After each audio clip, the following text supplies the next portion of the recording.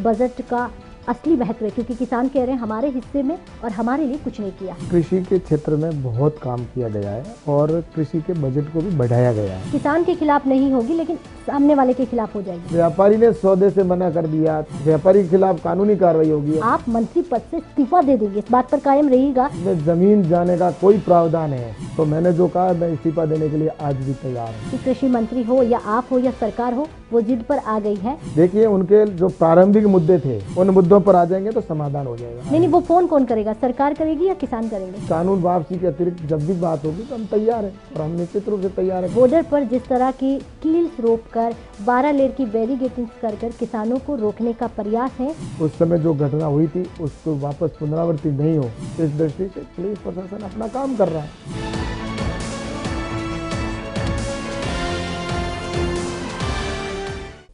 नमस्कार, बहुत स्वागत आपका। मैं हूं आपके साथ राधिका चौधरी। लगातार देश भर में एक आवाज आप देख रहे हैं, वो है बॉर्डर्स पर डटे हुए किसानों की। तो दूसरी तरफ हमने देखा कि वित्त मंत्री निर्मला सीतारमण ने बजट पेश किया, तो हर किसी की उम्मीदें थी, चाहे वो छोटे वर्ग के हो या बड़े तबके के हो, हर किसी को उम्मीदें थी कि इस बजट के जरिए बहुत कुछ मुनाफा होने वाला है, इस बजट के जरिए कुछ रास्ते आसान होने वाले हैं। उसको लेकर केंद्रीय कृषि मंत्री यानी कहूँ कि राज्य मंत्री हमारे साथ कैलाश चौधरी जी मौजूद है। सीधा उनसे सवाल करते हैं, क्योंकि किसानों पर सीधा बात करेंगे। पहले तो बहुत बहुत स्वागत आपका, नमस्कार आपका।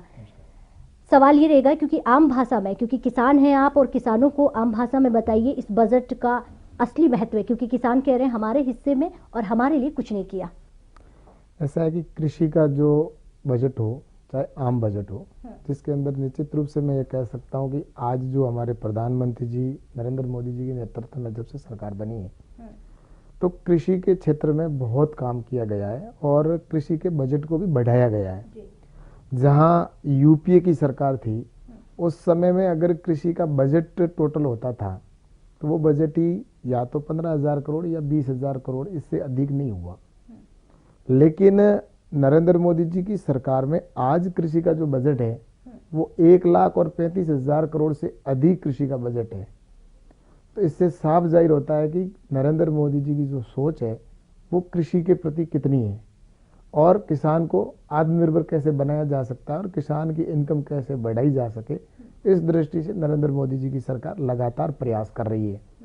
और एक कह सकते हैं कि बजट है वो आने वाले समय का आईना होता है कि देश के अंदर क्या काम होगा। तो इस दृष्टि से आज जो कृषि का बजट जो है, ये जो देश का बजट जो माननीय निर्मला सीतारमण जी ने पेश किया, मैं उनको बहुत बहुत धन्यवाद देता हूं और प्रधानमंत्री जी को भी धन्यवाद दूंगा कि उन्होंने कृषि को बहुत बड़ा महत्व दिया है इस बजट के अंदर।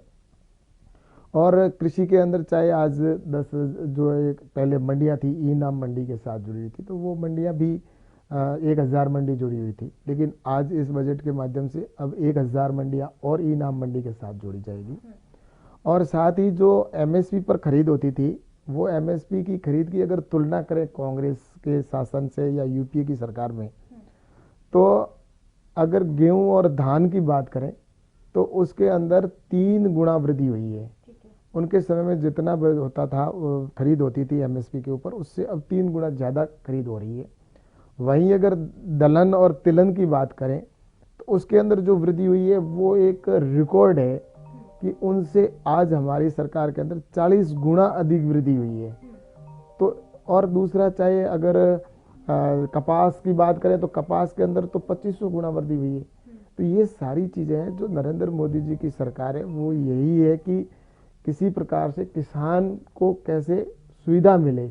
आज चाहे कोरोना का ये समय था, कोरोना के काल के अंदर भी किसानों के लिए खरीद केंद्र स्थापित किए और हर 2-3 पंचायतों के बीच में वहाँ पर खरीद केंद्र स्थापित करके किसान को किसी प्रकार की असुविधा नहीं हो, ये किसानों के लिए छूट देना, मजदूरों के अंदर भी छूट देना, खरीद कटाई के अंदर भी, ये सारी चीज़ों को अगर देखें तो वास्तव में नरेंद्र मोदी जी की सरकार है वो लगातार प्रयास कर रही है कि किसान के हित में कैसे आने वाले समय के अंदर अच्छा हो। और जो 10,000 एफपीओ बनेंगे, फार्मर प्रोड्यूसर ऑर्गेनाइजेशन है, और तो ये भी किसानों के लिए नए रिफॉर्म के माध्यम से एक समूह बनाकर उसके अंदर भी उसका लाभ मिलेगा कि किसान की इनकम बढ़ाने में बहुत बड़े सहायक सिद्ध होंगे।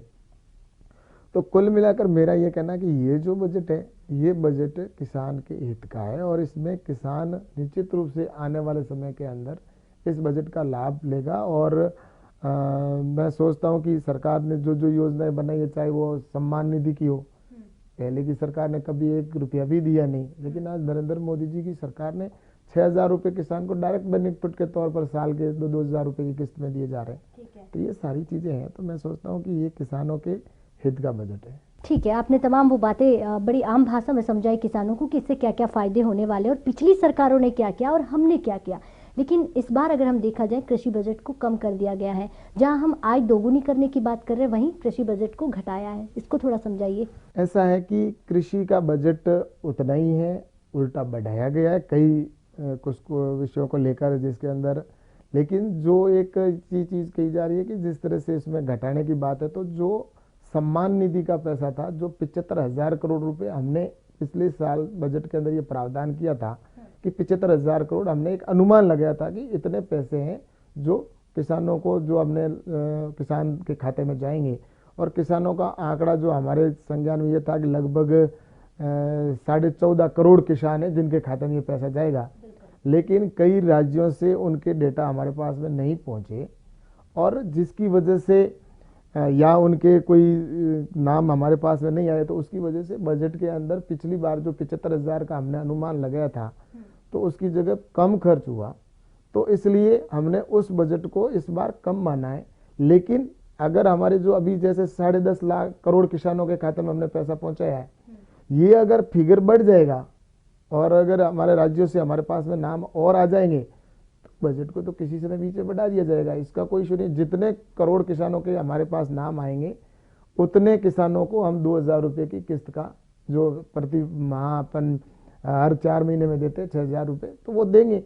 तो इसलिए कोई बजट के अंदर हमने जो कृषि का दूसरा बजट है उसमें सारा बढ़ाया है। इसके अंदर पिछली बार जो अनुमानित खर्चा होना था वो थोड़ा इस बार वो नाम नहीं आए, जिसकी वजह से ये कम किया। लेकिन नाम आते ही हम उसके अंदर वापस ऐड करें। तमाम बातें कही तो मुझे विपक्ष की बात भी याद आ जाती है। विपक्ष कह रहा है कि अगर इतना बड़ा आप बजट दे रहे हैं तो इसमें कौन सी बड़ी बात है, सब कुछ बेचकर ही तो आप दे रहे हैं। अब बेचने पर तुले हुए हो और बेच दीजिए। ऐसा है कि विपक्ष राजनीति कर रहा है। इसमें इन्होंने इस देश के ऊपर 60 साल शासन किया। वो अपने गिरेबान के अंदर झांके और वो अपने गिरेबान में देखे कि हमने देश के अन्नदाता को, देश के किसान को अपने 60 साल के शासन में क्या दिया।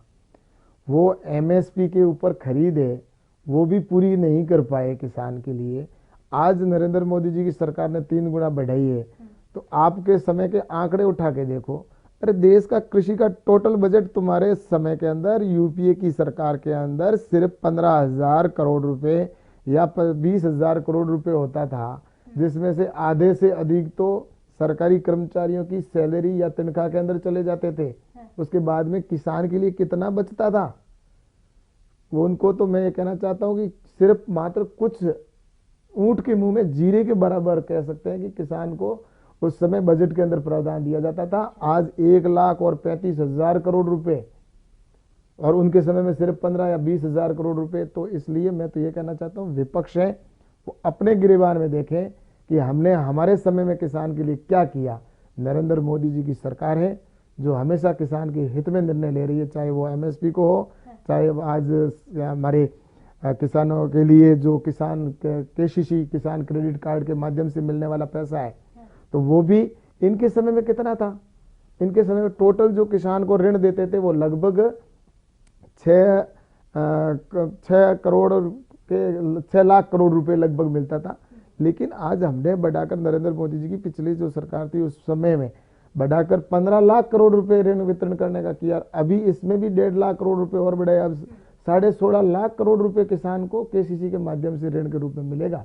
तो ये सरकार नरेंद्र मोदी जी की ही है जो किसानों के लिए फैसले ले रही है। और कांग्रेस या विपक्ष है वो सिर्फ राजनीतिक रोटियां सेकना चाहते हैं। इसी वजह से इन्होंने ये आज हाशिए पे आ चुके हैं और किसान ने इनको नकार दिया।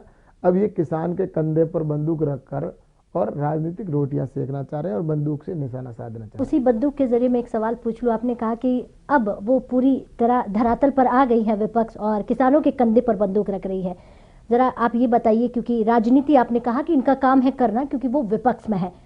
किसान आंदोलन 2 महीने से ज्यादा हो गया है, वो दिल्ली के बॉर्डर्स पर डटे हुए हैं।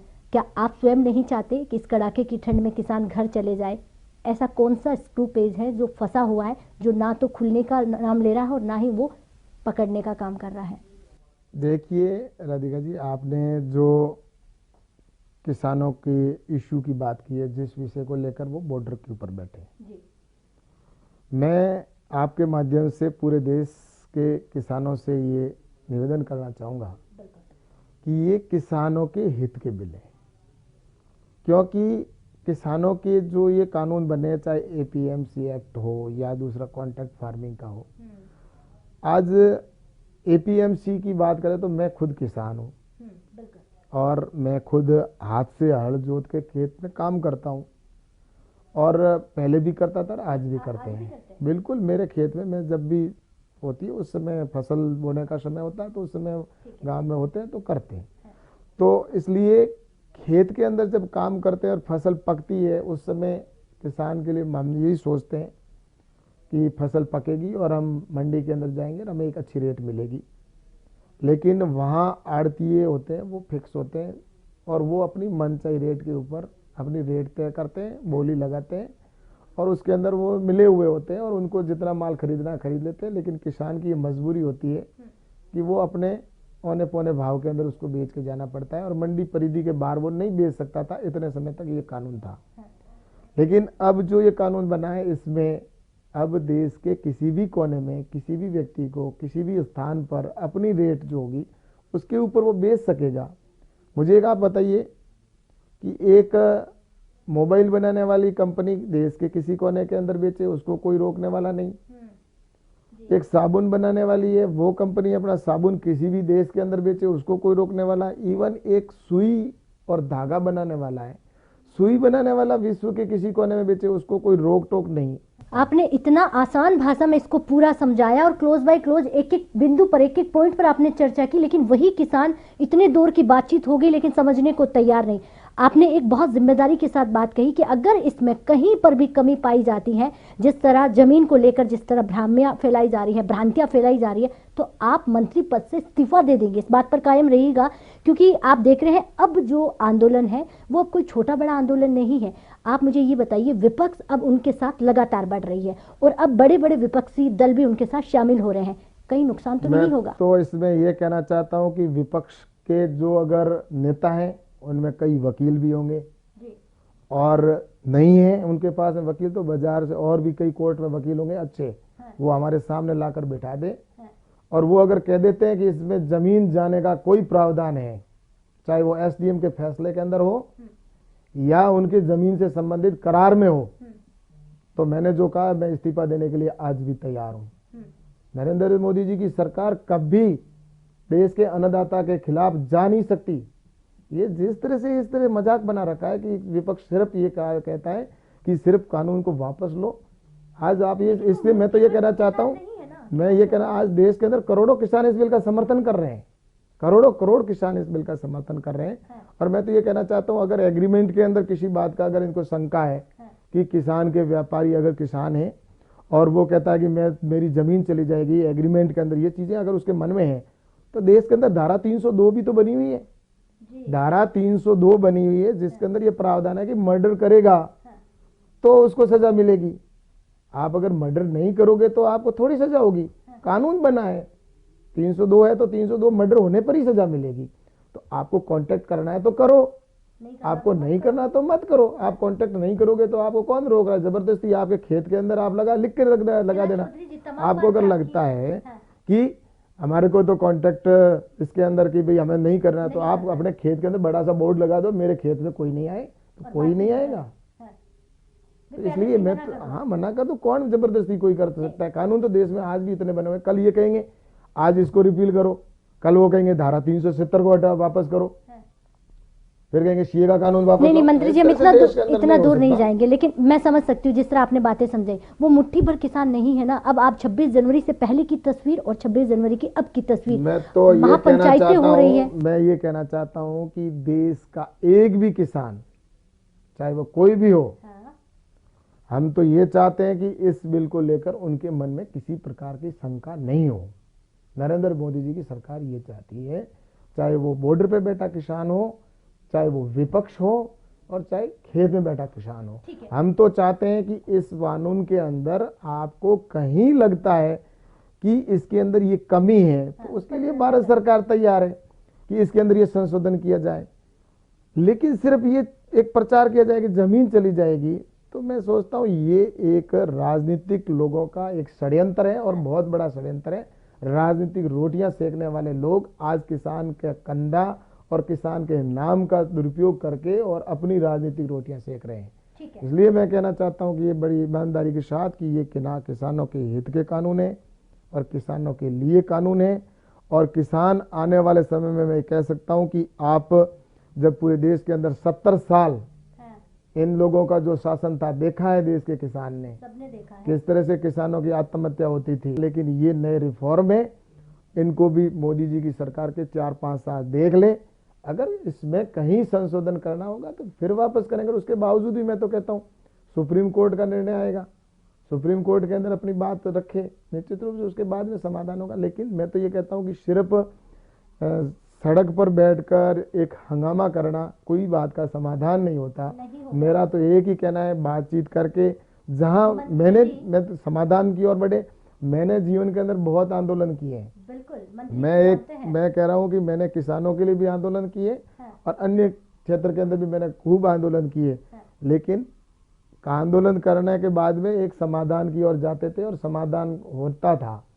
लेकिन ये अगर कोई 5 महीने 4 महीने की अगर डेडलाइन की डेट देते हैं तो मैं सोचता हूँ उनकी मानसिकता है तो उसके ऊपर उनको अब उन्होंने दिसंबर तक की भी आपको याद होगा, दिसंबर तक का भी उन्होंने एक डेट दे दी है। यही तो चीज कही है ना कि देखिए बैठकर समाधान निकलेगा। और इसलिए उनसे और सबसे मेरा तो यही आग्रह है कि ये जो कानून है ये अच्छे हैं और किसान के हित के, इनको 4-5 साल के लिए देख सकते हैं, इसमें क्या हो गया। और परिवर्तन तो होता है, कानूनों में कई बार पहले भी संशोधन हुए। लेकिन मंत्री जी हम तो ये कह वो वही किसान कह रहे हैं, राकेश टिकैत हो, योगेंद्र यादव वो कह रहे हैं कि कृषि मंत्री हो या आप हो या सरकार हो, वो जिद पर आ गई है, वो पीछे हटने को तैयार नहीं है। तो कहीं ना कहीं आपकी भी या यूं कहीं किसानों की भी कोई तो महत्वता बनती होगी कि यहाँ पर सोचे। देखिए उनके जो प्रारंभिक मुद्दे थे उन मुद्दों पर आ जाएंगे तो समाधान हो जाएगा। उन्होंने जब शुरुआत के अंदर कहा था कि कोर्ट के अंदर जिस तरह से हमने एसडीएम के कोर्ट का विषय रखा था, तो एसडीएम कोर्ट इसके फैसले के सिविल कोर्ट में जाए। हमने उसमें कहा है कि अगर सहमत होंगे तो दोनों जगह जा सकता है, एसडीएम कोर्ट में या सिविल कोर्ट। तो क्या वो मुद्दों से भटक गए हैं? आपने कहा शुरुआती मुद्दों पर वापस आए। है कि प्रारंभिक मुद्दे थे वो किसानों के मुद्दे थे और अब जो मुद्दे हो रहे हैं उसमें राजनीति आ रही है। और प्रारंभिक मुद्दे जो थे उस समय जो उनको चाहे वो विद्युत का था या अन्य जो मुद्दे थे उनके ऊपर भारत सरकार ने निश्चित रूप से, हमने उस समय भी कहा और उसके अंदर हमने 10 कदम आगे बढ़कर बात की है। और अब मैं ये कह रहा हूँ कि अब आने वाले समय के अंदर इस समय जो सरकार, हमारे माननीय तोमर साहब ने भी कह दिया, प्रधानमंत्री जी ने स्वयं ने कह दिया कि एक फोन का इंतजार है, एक फोन की दूरी पर है, एक फोन की दूरी पर है। वो इसलिए कि हमने उनको हमने जो अंतिम बात कह दी थी जिस समय तोमर साहब ने कहा था कि कानून वापसी के अतिरिक्त जब भी कोई बात हो तब हम तैयार। नहीं, वो फोन कौन करेगा, सरकार करेगी या किसान करेंगे? वो एक फोन ऐसा है कि हम तो यही कह रहे हैं, हमने तो कह रखा है कि कानून वापसी के अतिरिक्त जब भी बात होगी तो हम तैयार हैं और हम निश्चित रूप से तैयार हैं, कभी भी जब भी वो कहेंगे। चलिए, आप भी तैयार है, उधर किसान कह रहे हैं, हम भी तैयार है। आखिरी सवाल होगा, बॉर्डर पर जिस तरह की कील्स रोक कर 12 लेयर की बैरिगेटिंग्स कर किसानों को रोकने का प्रयास है, या फिर ऐसे कहें जैसे हम लेह लद्दाख या पाकिस्तान सीमाओं पर डटी हुई जिस तरह सेनाओं को देखते हैं, आज वो हालात बॉर्डर पर क्यों? ऐसा है कि जब 26 जनवरी की जो घटना हुई थी सबने देखी, वो पूरे देश ने देखी। और ये वही विपक्ष है जो कहता था, उस समय उन्होंने कहा था कि किसान है वो लाल किले तक कैसे पहुंच गया। और आज वही किसान, वही विपक्ष वापस कह रहा है कि ये कीलें क्यों लगाई जा रही है।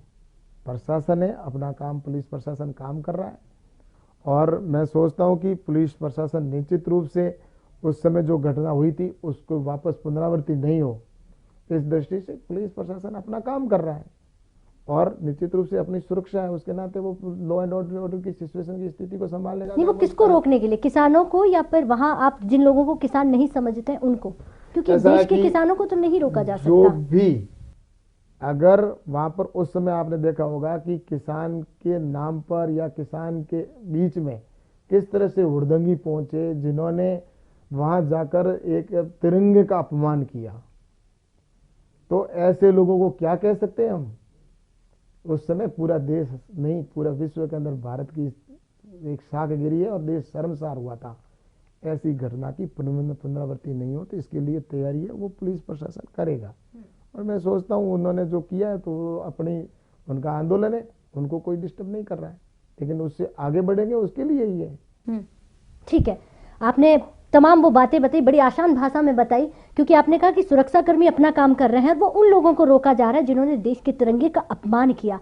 लेकिन अब अगर आप देख रहे हैं जिस तरह किसान आंदोलन में अब जुड़ रहे हैं, पंचायतें हो रही हैं हर गांव से, राजस्थान, हरियाणा, उत्तर प्रदेश से भी किसान जुड़ रहे हैं, अलग अलग जगहों से, आपको नहीं लगता आने वाले समय में अब आगे चुनाव भी होने वाले हैं तो कहीं नुकसान तो नहीं होने वाला है? क्योंकि अगर चाहे वो विपक्ष कर रहा हो या फिर आप उन्हें किसान नहीं समझ रहे वो कर रहा हो, लेकिन आपकी तो जिम्मेदारी बन रही है ना, क्योंकि इससे एनसीआर दिल्ली के लोग भी परेशान हो रहे हैं, सड़कें बंद हो गई हैं, उनकी क्या गलती?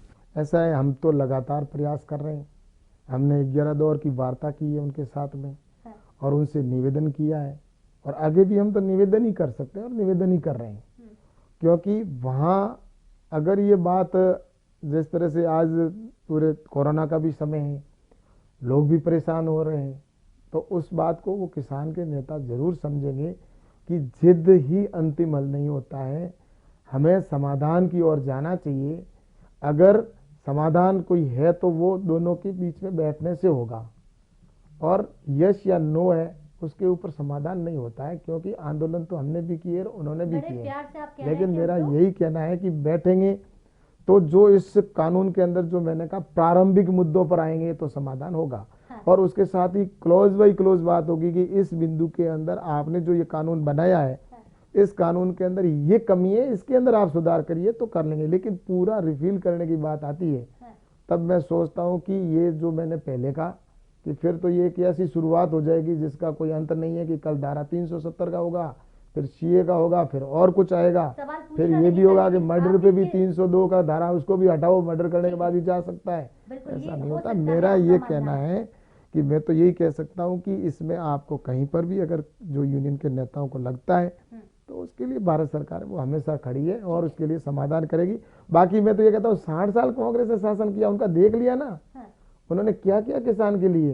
किसान के लिए ना वो कभी फसल बीमा योजना प्रारंभ की, 60 साल की कांग्रेस ने क्या किया, छोड़ देते हैं ना हम। तो आज भारतीय जनता पार्टी है, वो क्या कर रही है, हम उस पर आ जाते हैं, उनको छोड़ देते हैं। मैं क्या कह रहा हूँ कि आज नरेंद्र मोदी जी की सरकार ने, आपने इस बजट के अंदर भी देख लिया, चाहे किसान सम्मान निधि के तौर पर पहली बार किसान के खाते में पैसा डालना प्रारंभ किया है, ये किया जा रहा है। मैं तो ये भी बुरा नहीं मानता, मैं तो ये कहता हूँ कि मांगा जाता है या कहा किसे जाता है, जो करता है। नरेंद्र मोदी जी की सरकार है वो किसानों के हित में कर रही है, और इसीलिए किसानों को उम्मीद है कि हमें कुछ मोदी जी से ही मिल सकता है, मोदी जी की सरकार से। तो मैं सोचता हूँ कि उनकी सोच है, और कांग्रेस ने कुछ किया नहीं 60 साल, या यूपी की सरकार ने कुछ किया नहीं, इसलिए उनको उम्मीद नहीं थी, ऐसा नहीं हुआ। लेकिन अब मैं कह सकता हूँ, भरोसा दिलाता हूँ किसान भाइयों को, क्योंकि मैं भी किसान हूँ और किसान का बेटा हूँ, और मैं दावे के साथ में कह सकता हूं कि हमारे केंद्रीय मंत्री माननीय तोमर साहब जी और पुरुषोत्तम जी रूपाला जी ने, हमने यहां पर बैठकर और अधिकारियों के साथ बैठकर इस बात का पूरा ख्याल रखा है कि किसी प्रकार का कोई भी इन कानूनों के अंदर किसान का विरोध का शब्द नहीं होना चाहिए। यहाँ तक कि कुछ विषय आए थे बीच में कि अगर किसान अपनी फसल के एग्रीमेंट से मुकर जाता है तो उसको चाहे 3 महीने की भी सजा हो लेकिन होनी चाहिए, ऐसा कुछ आया था। लेकिन हमने कहा कि इस कानून में चाहे किसान अगर एग्रीमेंट से मुकर जाता है, मना कर देता है या पैसा एडवांस भी नहीं देता है, तो भी किसान के खिलाफ कोई कार्रवाई नहीं होनी चाहिए, क्योंकि नरेंद्र मोदी जी को भरोसा है कि किसान कभी गलत नहीं कर सकता। चाहे वो आज आपने देखा होगा किसान के खाते में चाहे पैसा देने का हो, चाहे आज 0 बैलेंस पर खाते खोलने का विषय हो, क्योंकि मोदी जी को विश्वास है कि देश का किसान है वो आज। कहाँ भरोसा है नेताजी, इसीलिए मंत्री जी कहाँ भरोसा? अभी आप ही की सरकार कह रही है कि लाल किले का अपमान किसानों ने किया, लेकिन किसान नाम क्यों जुड़ रहा है? वो किसान तो नहीं हो सकता। मैं यही तो कह रहा हूँ ना कि जिस तरह से किसान ऐसा नहीं कर सकता। किसान के नाम पर राजनीतिक रोटियां सेकने वाले या ऐसे असामाजिक तत्व जो उस लाल किले के ऊपर चढ़े और जिन्होंने देश को शर्मसार किया है, तो ऐसे हमने ये चीज़ पहले ही कहा था किसान यूनियन के नेताओं से, और उनसे बात हुई थी कि आपके आंदोलन के अंदर कुछ ऐसे खालिस्तान के झंडे लगाने वाले लोग भी आ गए हैं जो, और दूसरे भी ऐसे लोग आ चुके हैं जो आपके आंदोलन को गलत दिशा में ले जाना चाह रहे हैं। लेकिन उन्होंने भरोसा दिलाया था पुलिस को भी और हमें भी भरोसा दिलाया कि नहीं, ऐसे हमारे बीच में नहीं है। लेकिन उसके बावजूद भी पूरे देश ने देखा कि ऐसे लोग वहाँ पहुँच गए और वो इन्हीं के बेस पे पहुँचे, वरना ऐसा नहीं होता। किसान को हम कभी, देश का किसान अन्नदाता हमारा, वो कभी ऐसा डिसीजन नहीं ले सकता कि जो तिरंगे को अपमानित कर सके। तो इसलिए मैं सोचता हूँ कि ये जो निर्णय हुआ है, तो ये अब किसान यूनियन के नेताओं से मैं तो सबसे यही कहूँगा कि आप आओ, बैठो और बातचीत से, और दूसरा कोई इशारा नहीं है ऐसा करने की कभी मोदी जी की सरकार वो कभी नहीं चाहेगी। नरेंद्र मोदी जी की सरकार ने किसान को, अन्नदाता को हमेशा हाथ के हथेली के ऊपर रखा है। पहले कभी लाल किले के प्राचीर से किसान के नाम पर बात भी नहीं होती थी। किसान की योजनाएं बनना प्रारंभ हुई तो अटल बिहारी वाजपेयी जी के समय में हुई है। ये वो जो जिस तरह से चाहे फसल बीमा योजना हो, चाहे किसान क्रेडिट कार्ड हो, ये अटल बिहारी वाजपेयी जी के समय में प्रारंभ हुए हैं।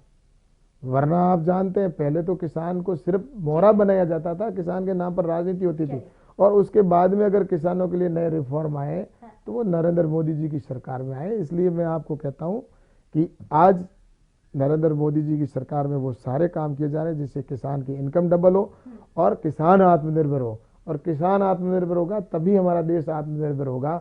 इस दृष्टि से नरेंद्र मोदी जी की सरकार काम कर रही है। चलिए, बहुत बहुत शुक्रिया, बहुत बहुत धन्यवाद आपका तमाम बातें करने के लिए, और तमाम किसानों को, देश के किसान जो बॉर्डर्स पर डटे हुए हैं उनको समझाने के लिए आपने बजट को भी बड़े आसान भाषा में समझाया, और किसान क्यों डटे हुए हैं, और विपक्ष को भी आपने बड़ा अच्छा तंज कसा कि वो 60 सालों में, लेकिन ये राजनीति है, आप करेंगे वो भी करेंगे। वो कह रहे हैं आप अपने दामन में झाँक कर देखिए, और आप कह रहे हैं वो अपने दामन में झाँक कर देखिए। लेकिन ऐसे में अब समझना ये है कि किसान जिस तरह महापंचायत कर रहा है और लगातार किसानों को जोड़ने का काम कर रहा है, ऐसे में ये बजट और भारतीय जनता पार्टी की ये बातें जो किसानों को कब मना पाएगी, या यूं कहें ये अन्नदाता कब समझ पाएंगे, ये तमाम वो चीजें हमने कृषि राज्य मंत्री से जाना, और जो तमाम लगातार हर दौर में समझाते हुए आए हैं। इजाजत दीजिएगा, फिर मुलाकात करते हैं किसी खास मेहमान के साथ। नमस्कार।